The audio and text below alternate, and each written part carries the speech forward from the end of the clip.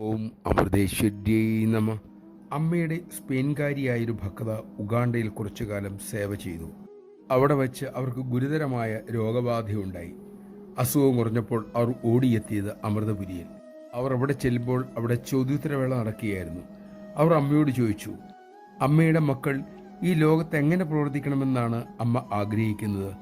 അമ്മ പറഞ്ഞു, മക്കളും മക്കളല്ലാത്തവരും എന്ന് അമ്മയ്ക്ക് രണ്ടില്ല മക്കളെ, എല്ലാം എൻ്റെ മക്കളാണ്.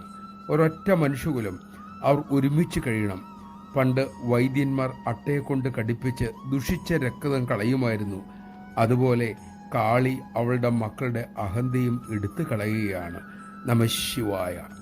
ഓരോ അനുഭവങ്ങളും നമ്മുടെ അഹന്തയെ നമുക്ക് തിരിച്ചറിയാനും ഒഴിവാക്കാനുമാണ്. ആ അറിവ് ഉള്ളിലുറപ്പിക്കാനും അതിനനുസരിച്ച് ജീവിതം ചിട്ടപ്പെടുത്താനും നമുക്ക് സാധിക്കട്ടെ.